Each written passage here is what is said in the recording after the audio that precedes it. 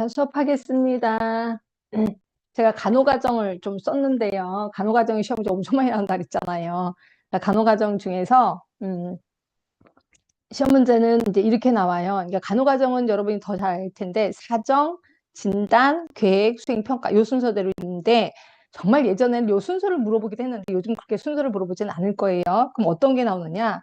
사정 안에 뭐가 들어가느냐? 진단 안에 뭐가 들어가느냐? 이런 식으로 시험 문제가 나와요. 그렇죠? 그래서 사정 안에는 자료 수집 들어갑니다. 자료를 수집하고 나면 수집된 자료를 분석하는 거죠. 그리고 분석하고 나면 건강 문제가 도출이 돼요. 근데 이 건강 문제를 우리 간호사가 능력이 많다고 해서 그걸 다 해결해 주잖아요. 그럼 표창장 받을 거냐? 아니에요. 쇠고랑 찹니다. 왜? 남이 하는 일까지도 내가 했어? 이건 밥그릇 싸움이 치열하거든요. 지역사회는. 그래서 쇠고랑 찰 수도 있다는 거죠. 그래서 건강 문제 중에서 간호사가 할 수 있는 문제만을 따로 뽑아내야 돼. 이게 간호문제 도출입니다. 그러면 어떻게 뽑아내느냐? 각종 법규나 지침서를 확인하는 거죠. 그래서 예전에 시험 문제는 건강 문제 도출 후 간호 문제를 도출하기 위해서 무엇을 하느냐? 이렇게 시험 문제 나온 적 있었거든요. 각종 법규나 지침서를 확인하는 거죠. 또는 이렇게도 나왔어요. 건강 문제 도출 후 각종 법규나 지침서를 확인하였다. 왜 그러느냐? 이렇게도 시험 문제 나왔어요. 간호 문제를 도출하려고 그런 걸 확인한다라고 보시면 돼요. 자, 그러면서 이제 진단 쪽으로 들어가는데 간호 문제 도출하고 나면 이제 오마하 진단. 시험 문제 엄청 많이 나오겠죠. 오마하 진단. 진짜 미친 듯이 나옵니다. 요거. 그리고 우선순위 설정. 이것도 미친 듯이 나옵니다. 얘네 두 개. 그리고 이제 목표를 설정하고, 이제 목표 설정하고 나면 아까 간호활동 네 가지 기억하시죠? 간호활동과 수단을 선택합니다. 그리고 수행계획, 평가계획을 합니다. 그래서 시험 문제는 평가계획은 언제 하느냐? 이거 한번 나온 적 있었어요. 언제예요? 계획 단계 합니다. 또는 수행하기 바로 전에 평가계획을 하는 거죠.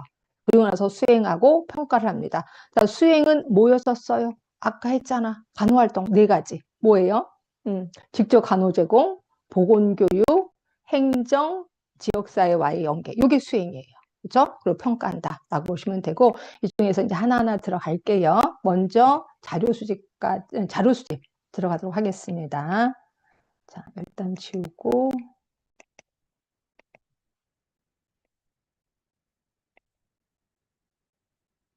자, 자료 수집에는 2차 자료가 있고 1차 자료가 있는 건 아시죠? 요즘 시험 문제 자주 나오던데.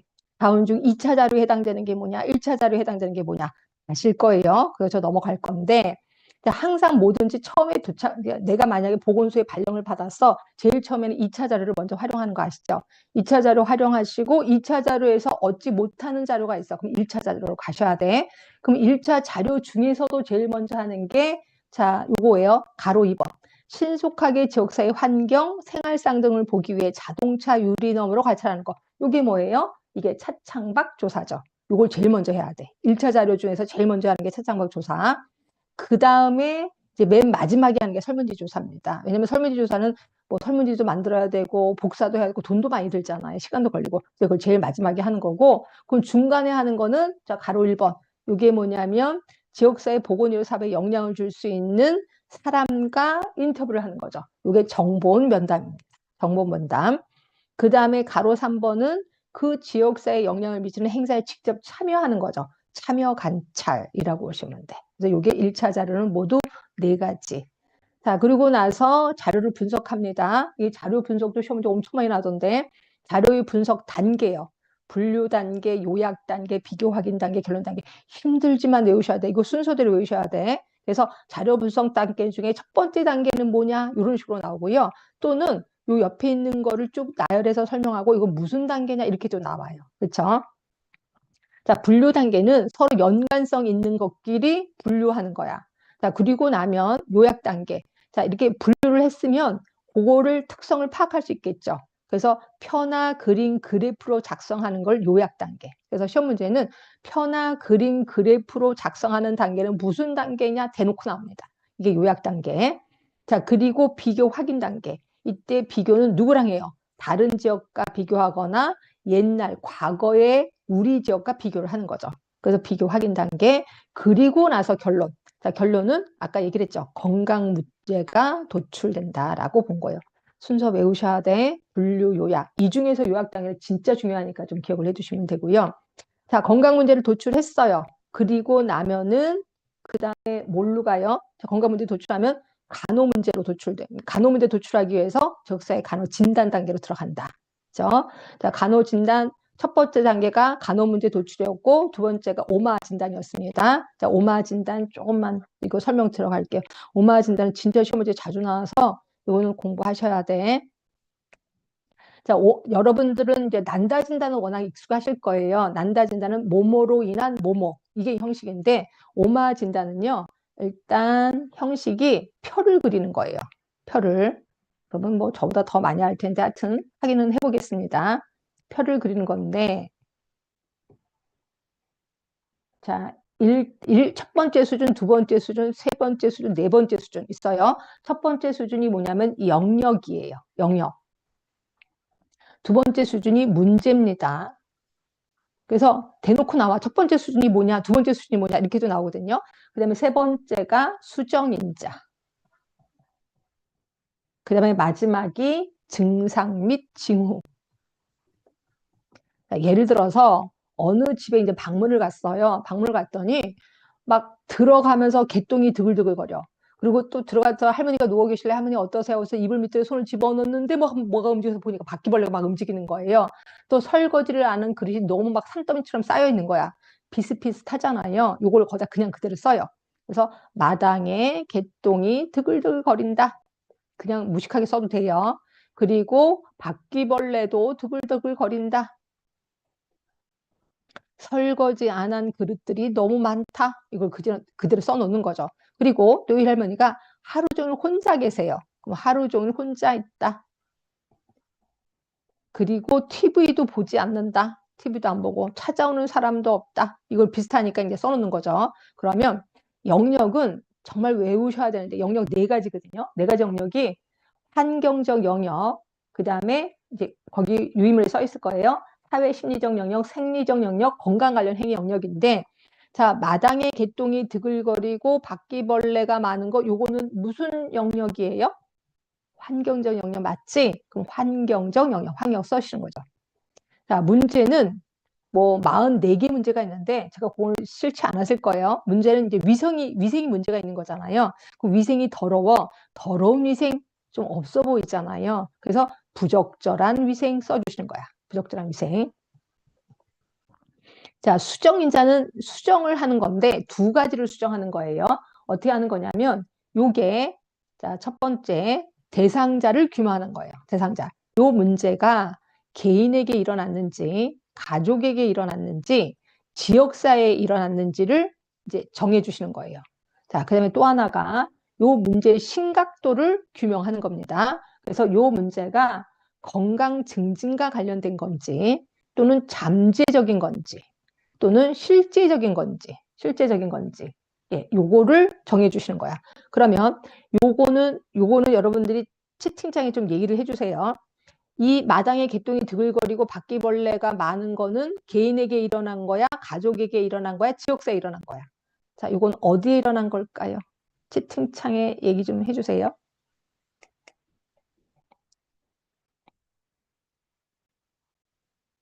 해주세요. 어디에게 일어난 걸까요? 주무시나요? 대답이 없으세요? 어디에게 일어난 걸까요? 아, 네. 개인에게 일어났대요. 다. 네. 개인에게 일어났으면 여기다 동그라미 쳤으면 우선순위 좀 떨어지는 거예요. 근데 이걸 가족에게 일어났다고 판단을 하면 이거는 우선순위가 좀 높아지는 거죠. 그렇죠? 그럼 심각도도 정해주세요. 건강 증진과 관련된 걸까요? 잠재적인 걸까요? 실제적인 걸까요? 자, 이것도 답변해 주세요.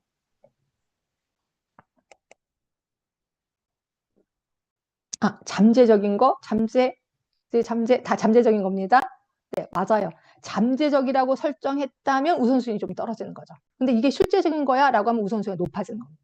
그래서 이거를 우선순위를 수정한다 그래서 수정인자라고 보는 거예요.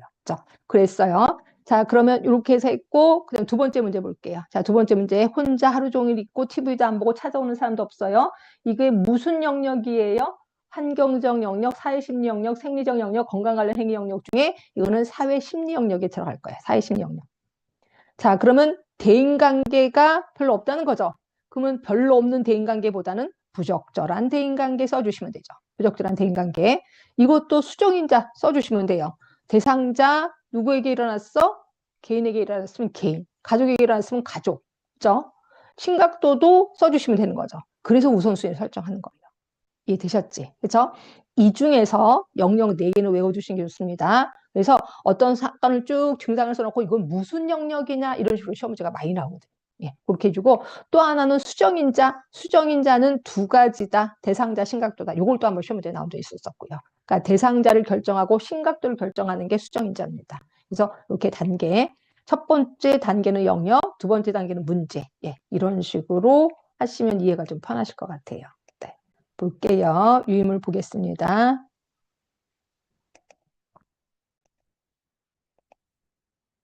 자, 보이시죠? 첫 번째 영역. 이제 4개의 영역을 외우시라고 얘기했습니다. 환경적, 사회심리적, 생리적, 건강 관련 행위 영역. 44개 문제. 그리고 수정인자 요거 외우시라 했죠? 대상자 규명, 문제 심각도를 규명해라. 증상 징후 보시면 되고요. 자, 이렇게 해서 끝났습니다. 자, 진단, 그러니까 오마 진단 끝나고 나면 그냥 우선순위 설정. 자, 우선순위 설정 방법을 있는 대로 써놨는데 이 중에서 BPRS는 보세요. 별표 3개입니다. 단골도 이런 단골이 없어요. 엄청 쉬운 문제 많이 나와요. 이거 틀리시면 정말 어디 가서 저한테 지역사회 특강 저한테 배웠단 말 하지 마세요. 저도 창피하니까. 자, BPRS는 A 플러스 2B 곱하기 C예요.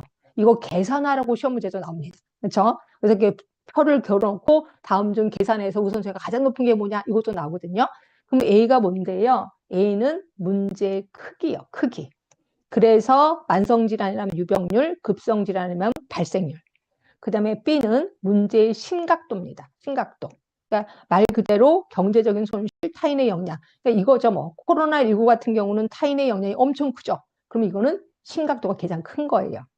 그 다음에 세 번째는 건강 문제 해결을 위한 사업의 효과. 효과는 효과인데 아직까지 사업을 하진 않았지. 사업 추정 효과입니다. 추정 효과. 자, 그러면 여러분들은 A 플러스 2 곱하기 C는 다 똑같아요. 가중치가?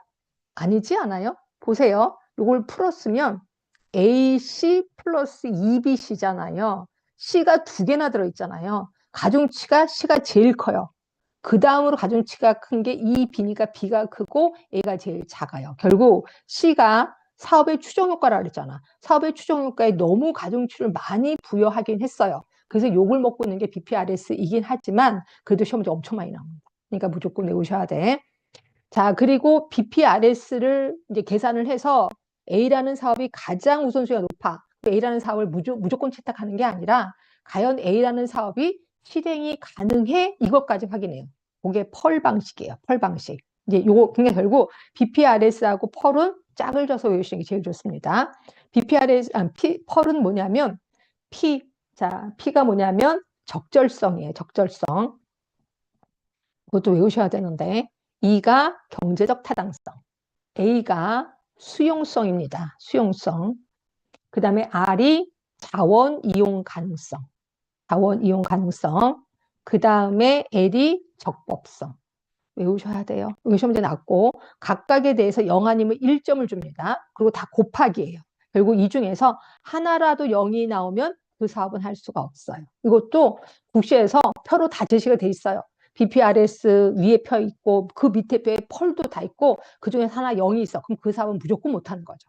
그래서 요거 BPRS하고 펄은 시험 문제 좀 자주 나오니까 좀 기억을 해주시면 되고요. 자, 그 다음이 브리안트 방식. 자, 브리안트 방식은요. 요것도 제가 암기팁을 좀 드리면 유관순 누나 아시죠? 유관순 누나 그때 당시엔 심란했을 거예요. 유관심란 외우시면 돼.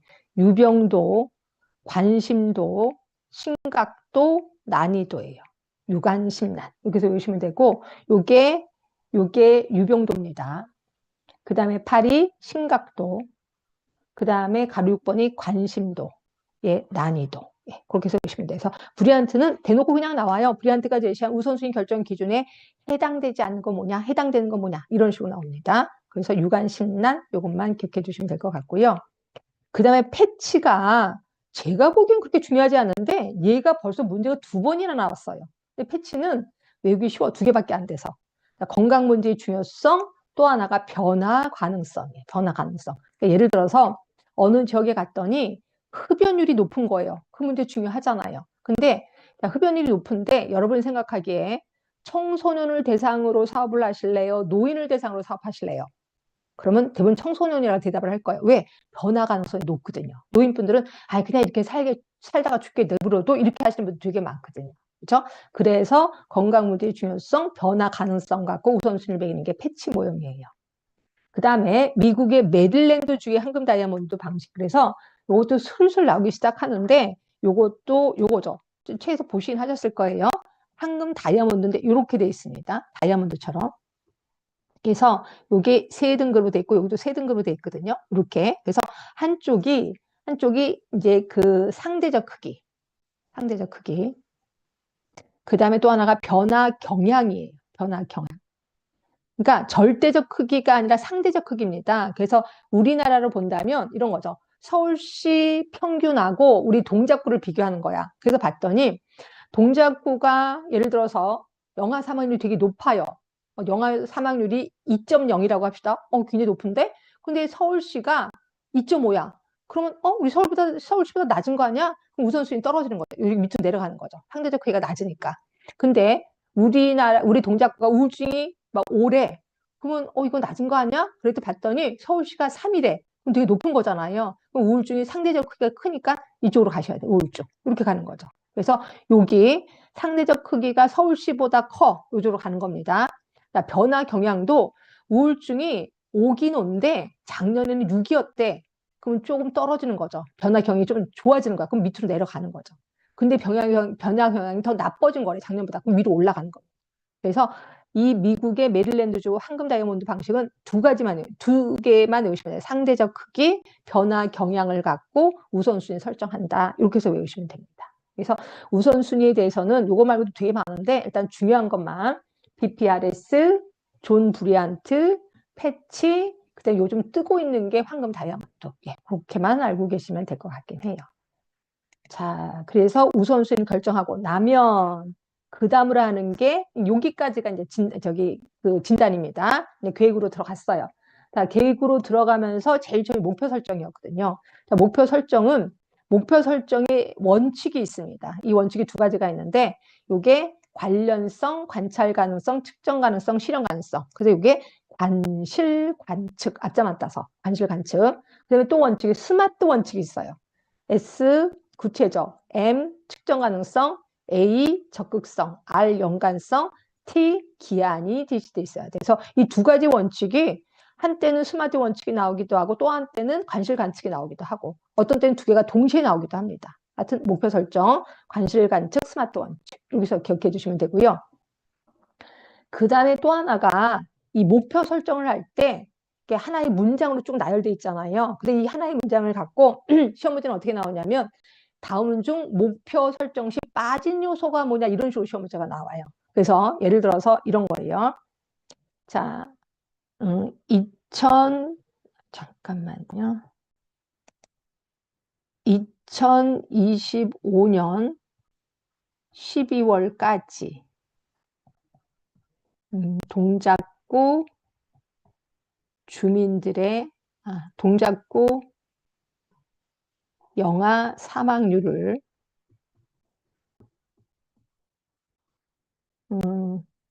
2%에서 1.8%로 하강시킨다.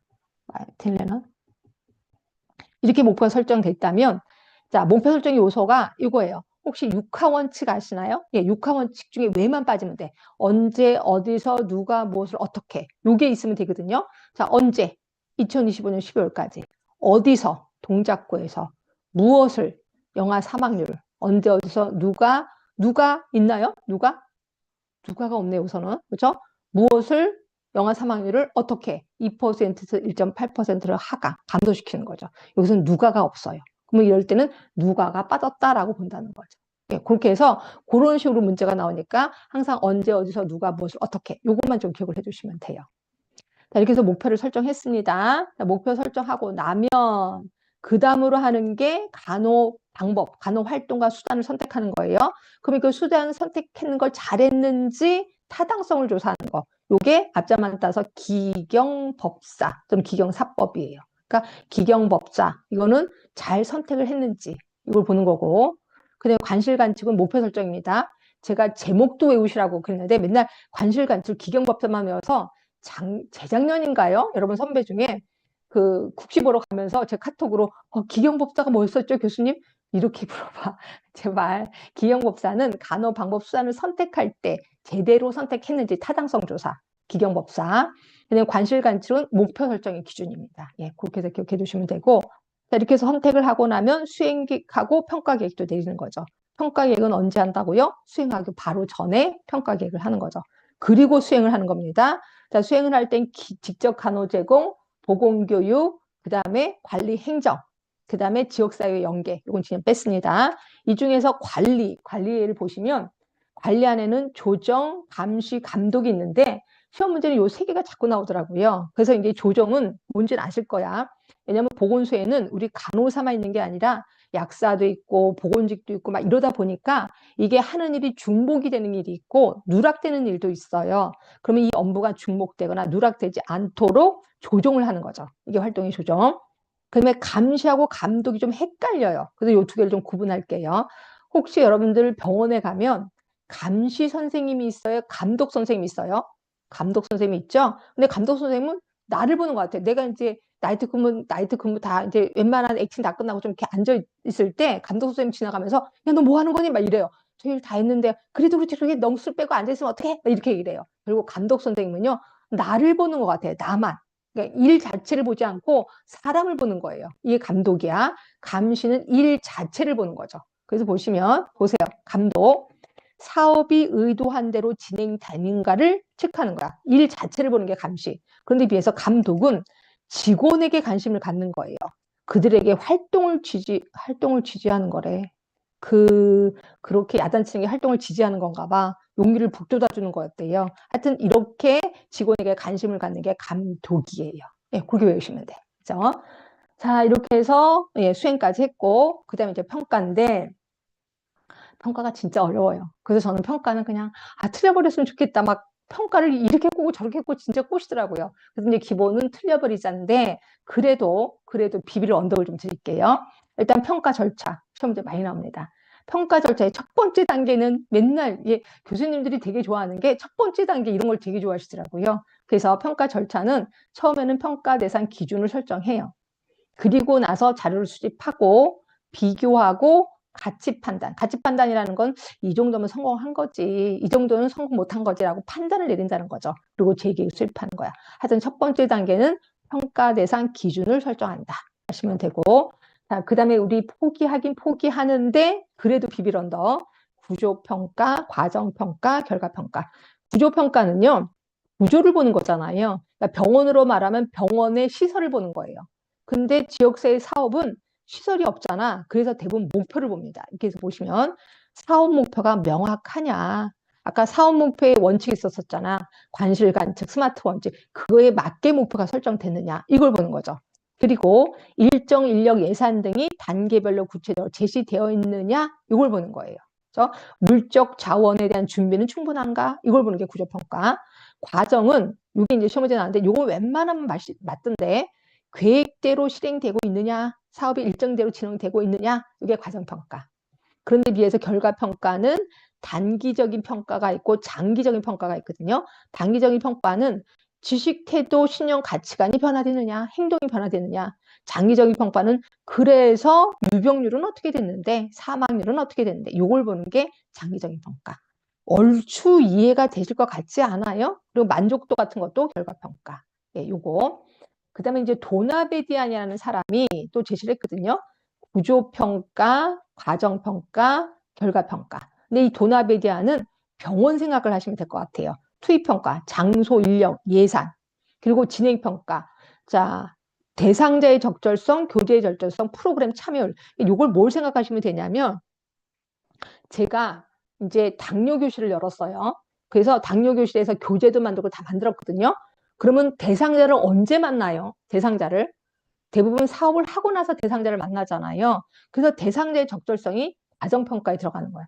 근데 이게 여러분들 이게 시험 문제 나오잖아요. 대상자의 적절성은 전부 투입평가로 하더라고요. 저 왜 그런지 모르겠어. 인력이랑 착각하는 것 같아.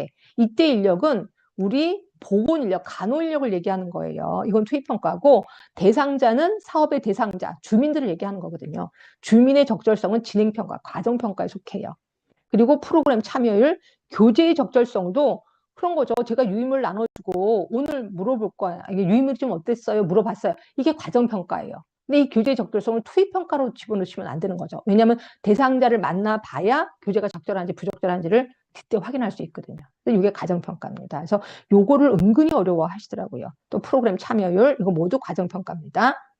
그리고 만족도는 무조건 그 결과평가라고 하면 안 돼. 프로그램 하나하나에 대한 만족도는 과정평가예요. 그렇죠? 근데 사업 전체의 만족도는 결과평가다라고 보시면 되고. 여기서부터는 교수님이 자꾸 문제를 꼬더라고요. 그래서 좀 어려워서 그냥 이 부분을 좀 틀려버려라 라고 얘기하는 거죠. 이거 체계 모형에 따른 평가 문제도 역시 마찬가지예요. 그래서 이것도 그냥 틀려버리는 게 낫겠다는 생각이 드는데 특히 체계 모형에 따른 평가 문제는 정말 시험 문제 좀 많이 나와서 이건 좀 설명을 좀 드릴게요. 근데 틀려도 제가 뭐라고 얘기는 안 할게요. 체계 모형 하면은 항상 요거 혹시 요거 생각나시나요? 요런 그림. 그래서 뭔가가 들어가. 투입입니다. 자, 뱃속에서 변환 과정을 거쳐요. 변환 과정. 그리고 뭔가가 산출이 됩니다. 산출. 잠깐만요.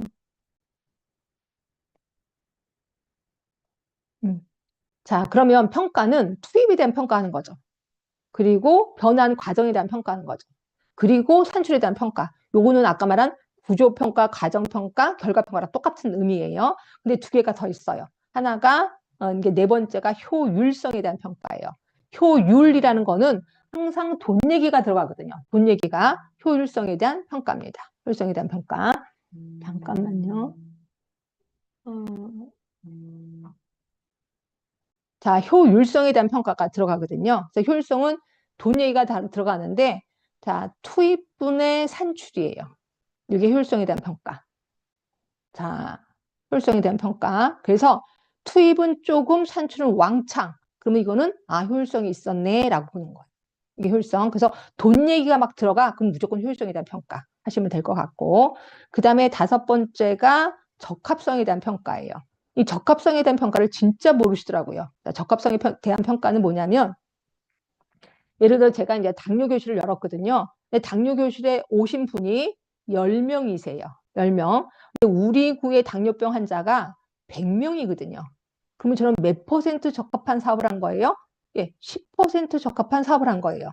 그러면 우리 당뇨 100명이라는 거는 요구지, 요구.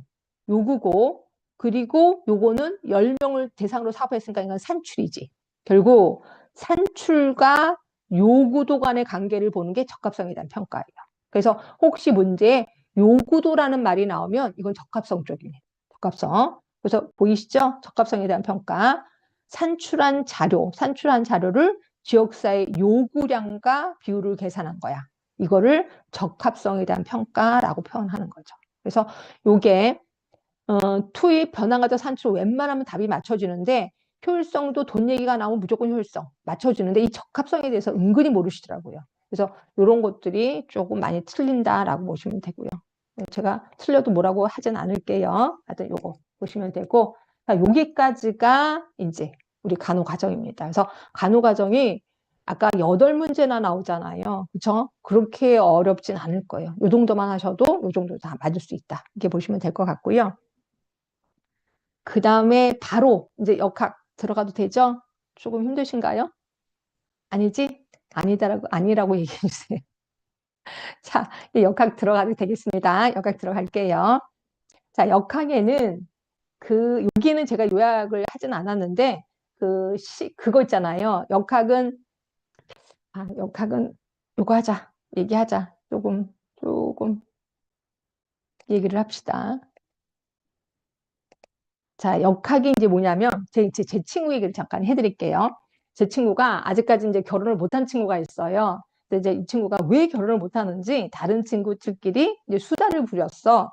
그랬더니 옛날에 그 과거에 남자친구가 있었던 거예요. 그래서 1학년 때 되게 잘생긴 훈남이랑 사귄 적이 있었어요. 근데 내 친구 되게 키도 조그맣고 얼굴도 동글동글하고 진짜 못생겼거든요.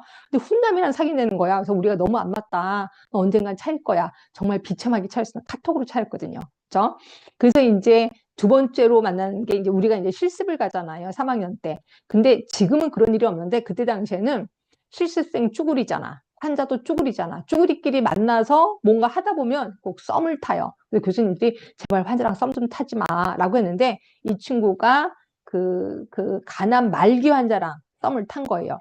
그 간암 말기 환자인데 변호사였던 걸로 기억하고 되게 젊은 남자였거든요. 술을 너무 좋아해서 간암 말기. 근데 되게 돈은 많은 거예요. 근데 그때 당시에 차가 별로 없었는데 우리 학교에 빨간 스포츠카가 들어오는 거야. 그래서 뭐야? 그럼 내 친구가 내리고 있어요. 이 남자가 죽을 힘을 다해서 보필을 하는 거죠. 결국 한 1년 살다가 죽었을 거예요. 1년 정도 사귀다가 굉장히 충격을 많이 받았는데 그러고 나서 이제 학교를 졸업하고 이 친구가 정신과를 갔어요. 정신과에 가면 오돌이라고 있어요. 지금도 있는지 모르겠는데 고등학교를 갓 나온 젊은 남자. 그래서 환자가 액팅아웃을 할 때 딱 막아주는 역할을 하는 오돌이가 있거든요. 근데 이 친구랑 사귀게 된 거예요. 그게 연하 7살 연하예요. 지금은 연하도 상관이 없는데 그때 연하는 정말 신기했거든요. 그래서 우리가 꼭 만나서 야, 우리 꼭 나오라 그래. 그래서 이제 얘기를 하다 보면 이 연하는 정말 이렇게 정신 상태도 연한 것 같아요. 그래서 보면 너무 신생아급이야. 애기 같아. 우리가 뭐라고 얘기해도 얼굴이 뻘개지고 막 그러는 거예요. 그래서 너무 대화가 안 되지 않냐? 그래서 결국 내 친구가 찼어요. 그러니까 이렇게 어떤 사건이 쭉 계속 되풀이가 되잖아요. 그럼 과거에도 이런 일이 있었어? 한번 써봤어요. 그걸 우리는 기술역학이라고 해요. 기술하는 거잖아요. 쭉 기술을 했어요. 기술역학. 이걸 하고 나면 하나의 법칙을 발견하게 돼요. 그 법칙을 가설이라고 표현해요. 그래서 가설을 설정하게 됩니다. 자, 그래서 우리도 가설을 설정했어요. 내 친구는 주제도 모르고 분수도 모를 것이다 라고 가설을 설정했어요. 그럼 이 가설이 맞는지 틀리는지 확인해 봐야 되겠죠. 그걸 우리 가설을 검증한다라고 표현하는 거예요. 가설을 검증하는 걸 우리 뭐라고 하냐면 분석역학이라고 하는 거죠. 분석역학. 그리고 나면 이거를 확인사살합니다. 그게 실험역학이에요. 자, 실험역학 확인사살 하는 거죠. 예를 들어서 실험하는 거야. 담배 많이 피우면 폐암에 걸리는지 실험해 보는 거죠. 그럼 여러분들이 지나가는데 어떤 사람이 실험한다고 담배 많이 피우면 폐암에 걸리는 거 한번 실험 참여하실래요? 하면 해요? 안 하지. 뭔 소리야. 그냥 돈을 준대요. 1억을. 하실래요? 1억의 목숨을 팔면 안 돼. 그죠? 10억을 준대. 저도 한번 해볼까 합니다. 하여튼 요거요. 그러니까 실험역학은 돈이 무궁무진하게 들겠구나라는 생각이 들어야 돼. 그래서 실험역학은 잘 안 합니다. 사람을 대상으로는. 그래서 기술역학을 제1의 역학이라고 하고 분석역학을 제2의 역학이라고 하고 그 다음에 실험역학을 제3의 역학이라고 하긴 합니다. 근데 실험역학을 잘 안 하기 때문에 이거 슬쩍 빼기도 한다라고 보시면 돼요. 그래서 우리 주로 시험 문제 나오는 거는 분석역학이 시험 문제 엄청 많이 나오고요. 기술역학도 좀 많이 나옵니다. 그래서 요거. 그래서 결국 역학이라는 건 뭐냐면 어떤 상황이 계속 반복이 됐을 때 그거의 원인은 뭐야? 원인을 찾아내는 거죠. 가장 중요한 게 원인을 찾아내는 거야. 그 원인을 찾아내서 뭐 할 건데 예방책을 만드는 거예요. 그렇죠? 근데 이 원인을 찾아낼 때 이게 이제 그거예요. 요것만 하나 알아두세요. 다른 거 9가지가 되는데 이 중에 하나만 알려드릴게요. A라는 사건이 있어요. B라는 사건이 있어요. 근데 A라는 사건은 항상 B라는 사건 먼저 일어나요. 누가 원인이에요? 이건 대답해 주실래요? A라는 사건이 B라는 사건 먼저 일어나요. 그러면 어떤 게 원인이에요? 대답해 주세요. 그렇지, A지. A, 옳지. 잘하네. A입니다. 그러니까 이게 항상 원인은 앞에 일어나야 돼. 이걸 우리 뭐라고 하냐면 시간적 속발성이라고 합니다. 시간적 속발성. 이게 가장 중요한 원인이에요. 그래서 시간적으로 먼저 일어났어. 그럼 그게 원인이다. 이건 반드시 있어야 된다. 이게 시험 문제 나왔었습니다. 이게 가장 중요해서 그런지 이것만 시험 문제 좀 나왔었다라고 보시면 되고요. 자, 그러면 들어가겠습니다.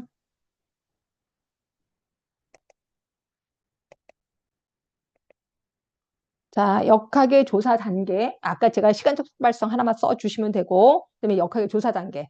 자, 진단의 확인입니다. 그러니까 예를 들어서 어느 지역에 원인을 모르는 설사 환자가 많이 늘어났어요. 그러면 단순한 설사인지 콜레라에 의한 설사인지 진단의 확인 들어갑니다. 진단을 확인했더니 콜레라로 나타났어. 자, 그러면 유행의 확인입니다. 자, 유행의 확인은 뭐냐면 과거 콜레라가 몇 년 전에 유행해서 이걸 확인하는 거죠. 그 다음에 세 번째가 유행의 특성을 기술합니다. 무슨 역학? 기술 역학이지. 기술 역학. 자, 그리고 나면 가설이 설정되는 거죠. 자, 그리고 가설을 검증합니다. 그리고 가설을 검증하고 검증 여부를 그 가설 여부를 검증하는 거지. 요게 우리가 알고 있는 분석 역학. 이거 보세요. 실험 역학 없잖아. 관리 대책하고 보고서 작성하는 거죠. 요거 앞에만 좀 기억해 주세요. 진단의 확인, 유행의 확인, 그 다음에 특성, 기술 역학, 가설 설정, 가설 검증. 요거까지만 좀 기억해 두시면 되는데 혹시 문제가 이렇게 나오면 어떻게 하실래요? A지역에 콜레라 환자가 발생됐다. 역학의 첫 번째 단계는 뭐냐? 이러면 어떻게 하실래요? 진단의 확인? 아니야. 왜? 콜레라고 딱 찍었잖아. 진단은 이미 끝났다는 거지. 그죠? 그 다음 단계인 유행의 확인이 첫 번째 단계여야 돼. 그렇게 하셔야 돼.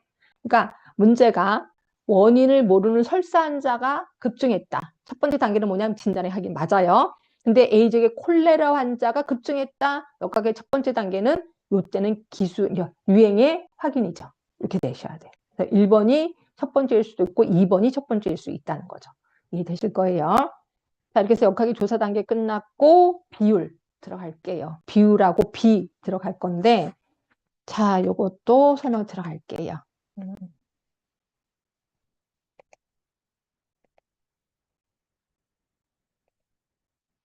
우리 단어에 그 계산에는 비율이 있고요. 비율, 레이트라고 합니다. 그 다음에 비가 있어요. 레이셔. 혹시 하시다가 이건 좀 쉬워서 안 해주셔도 됩니다라고 하는 거는 알려주세요. 그러면 제가 그냥 넘어갈게요. 자, 비율은 그러니까 비율하고 비의 가장 큰 차이점은 뭐냐면요. 비율이 분자가 분모에 포함이 되면 비율이에요. 그런데 비해서 비는 분자고 분모가 따로따로야. 이게 비예요. 예를 들어서 성비. 성비는 여자 수분의 남자 수예요. 여자, 남자 어디 포함되지 않잖아요. 그렇죠? 그러니까 위, 아래가 따로따로기 때문에 이거는 비라고 해요. 그런데 비해서 비율은 그런 거 있죠. 여기 보시면 이제 발생률이 있어요. 발생률. 자, 발생률에는 뭐예요? 중앙인구 수분에 새로 발생한 신환자 수잖아. 그럼 신환자 수가 중앙인구에 들어가는 거죠. 이거 우리 비율이라고 하는 거예요. 그죠? 자, 이 중에서 우리는 이제 비율에 조금만 더 들어갈까 해요. 비율에는 다시 발생률이 있고 유병률이 있습니다. 유병률. 그리고 뭐 발병률도 있고 사망률도 있고 그런데 그냥 슬쩍 넘어갈게요. 2차 발병률이 있고요. 이게 좀 시험 문제 나왔기 때문에. 그 다음에 또 하나가 치명률도 있어요. 동력도 있는데 치명률도 있고 동력도 있습니다. 일단 요거 시험 문제 나왔던 것만 얘기해 드릴게요. 발생률에는 다시 두 개가 있거든요. 두 개가 있는데 누적 발생률이 있고 평균 발생률이 있어요. 점점 어려워지죠. 자, 누적 발생률은 말 그대로 그냥 중앙 인구 수분에 누적된 신한 환자 수야. 근데 이건 그렇게 중요하지 않아. 이 중에서 중요한 건 평균 발생률이에요. 평균 발생률은 분모가 약간 특이해요. 관찰 인연이에요. 관찰 인연. 관찰 인연이 뭐냐면 인하고 연을 곱한 거예요. 인하고 연을 곱한 겁니다. 예를 들어서 만약에 이게 10이라면 인연이거든요. 그럼 10이라는 거는 뭐예요? 10사람을 1년 동안 관찰한 거야. 그러면 인연이 되는 거죠. 그치? 근데 이런 건 아니겠지. 한 사람을 10년 동안 관찰, 이런 거는 말도 안 되는 거겠지. 또는 이럴 수도 있어요. 두 사람을 5년 동안 관찰했다. 2, 50, 10년입니다. 그래서 시험 문제는 어떻게 했냐면 관찰 인연을 분모로 하는 건 뭐냐? 뭐예요? 평균 발생률입니다. 평균 발생률. 이렇게 알고 계시면 되고 누적 발생률 같은 경우는 식으로 한번 이렇게 계산하라는 게 나오는 거 있어. 그래서 거기에 표를 제시하고 누적 발생률을 구해라. 이렇게 한번 시험 문제 나온 적이 있었었는데 그냥 구하시면 되는데 여기서 중요한 건 뭐냐면 인구수 중에 새로 발생한 환자 수잖아요. 근데 여기서 분모에서 뭐를 빼줘야 되냐면 기존의 환자는 빼주셔야 돼. 기존의 환자 빼주셔야 되고 또 면역력을 갖고 뭐 예방접종을 해서 몇 명이 면역력이 생겼다. 그 면역 인구도 빼주셔야 되는 거야. 그러니까 요거를 조금 알고 있느냐라는 식의 문제가 나올 겁니다. 그렇죠? 그렇게 해서 보시면 되고요. 유병률 같은 경우에는 빼줄 필요는 없어요. 그냥 인구수분의 기존 환자 수를 써주시면 되는 거죠. 그다음에 2차 발병률이라는 건 뭐냐면 이제 코로나 환자가 한 명이 들어왔어. 우리 조직에. 그 사람 때문에 다른 사람한테 옮기는 거죠. 이걸 2차 발병률이라고 하고 있어요. 그래서 얘가 분모가 최초의 환자를 발단 환자라고 하고 있거든요. 발단 환자와 접촉한 사람 수분에 그 접촉으로 인해서 발생한 신환 환자 수를 2차 발병률이라고 표현하고 있습니다. 결국 2차 발병률은 발단 환자를 좀 신경 써주시면 될 것 같고요. 그 다음에 치명률하고 동력이 은근히 좀 많이 나오는데 요거를 좀 여러분들이 지금 이 자리에서 외워주세요. 치명률이든 동력이든 분모가 똑같아. 뭐냐면 현성질환자 분의 치명률은 사망한 사람. 그런데 그래서 동력은 현성질환자 분의 사망한 사람 플러스 중증 환자예요. 중환자실에 갈 정도로 아픈 사람, 중증 환자예요. 이게 동력입니다. 그래서 치명률과 동력의 차이는 분모는 똑같은데 분자가 한 명이 더 많은 게 동력이에요. 이렇게만 알고 계시면 될 것 같고요. 자, 그러면 보겠습니다.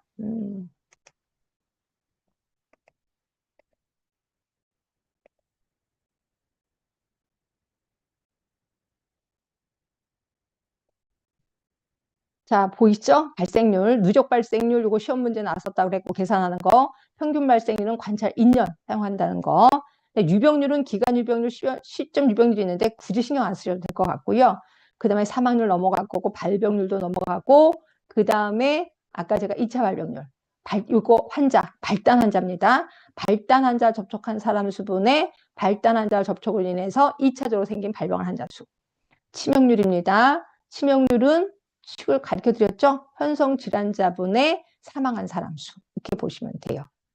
그 다음에 이게 비가 잘 안 나오긴 하던데 이게 비가 상대 연비 여기 잘 안 나오거든요. 계산하라고. 그래서 이건 그냥 슬쩍 뺄게요. 여기 안 나오고 차라리 민감도 특히도 요게 계산이 자꾸 나오더라고요. 그래서 그거 할게요. 비는 슬쩍 빠질게요. 이거 잘 안 나와서. 그리고 이제 기술역학인데 얘도 잘 안 나오던데. 기술역학은 쭉 기술하는 거라 그랬잖아요. 기술하는 건데 요건 좀 보자. 요거까지 하고 좀만 쉴게요. 자, 기술역학은 쭉 기술하는 건데 줄글로 쭉 쓰는 것보다 이렇게 나눠서 쓴다는 거죠. 인적 변수, 지역적 변수, 시간적 변수로 나눠서 쓰는데 특히 인적 변수는 중요하지 않아서 스쳐 넘어갈 거고 지역적 변수는 보세요. 그 병이 항상 그 지역에 가면 항상 있어. 지방성 풍토병이라고 하고 엔데믹이라고 합니다. 근데 요거보다 환자가 좀 더 많이 늘어났어. 유행성 에피데미라고 하는 거고요. 근데 이 유행성은 한 지역, 한 국가에서만 유행하는 거예요. 근데 두 지역에서 유행해 이거를 범유행성 팬데믹이라고 하는 거. 이거 들어보셨죠? 그렇죠? 코로나가 팬데믹이었잖아요. 그래서 코로나 유행할 때 요게 시험 문제 나왔었어. 팬데믹이라는 거. 그런데 비해서 스포라딕은 여기저기 산발적으로 유행하는 걸 얘기하는 거예요. 그렇죠? 근데 시간적 변수 보세요. 시간적 변수는 추세 변화라고 해서 얘는 수십 년을 그 기점으로 증가됐다, 감소됐다. 이렇게 하는 거야. 수십 년 간격으로. 이게 추세 변화. 순환 변화는 2, 4년 간격을 두고 변화되는 거야. 그치? 계절적 변화는 1년 주기. 돌연 변화는 시간적 날짜별 주일별로 변하는 거. 그런데 비해서 불규칙 변화는 돌발 유행이라고 해서 외국에서 그 병을 갖고 있는 사람이 우리나라에 들어와서 확 번지는 거죠. 그래서 싹 없어지고. 이게 대표적으로 메르스가 그랬어요. 메르스. 그 다음에 또 코로나도 그랬죠. 그래서 코로나 유행할 때 요게 불규칙 변화 시험 문제 나왔고 또 하나 팬데믹도 시험 문제 나왔었습니다. 그 다음에는 거의 나오진 않아서 이걸 외우라고 해야 되나 말아야 되나 그래도 걱정이긴 합니다. 하여튼 이게 기술역학인 거고요. 그 다음에 이제 분석역학. 시험 문제 엄청 많이 나오는 게 분석역학입니다. 그래서 지금 쉴 때는 좀 안 됐는데 이제부터 딱 10분 쉬겠습니다. 54분에 다시 와서 이제 분석역학 하도록 하겠습니다.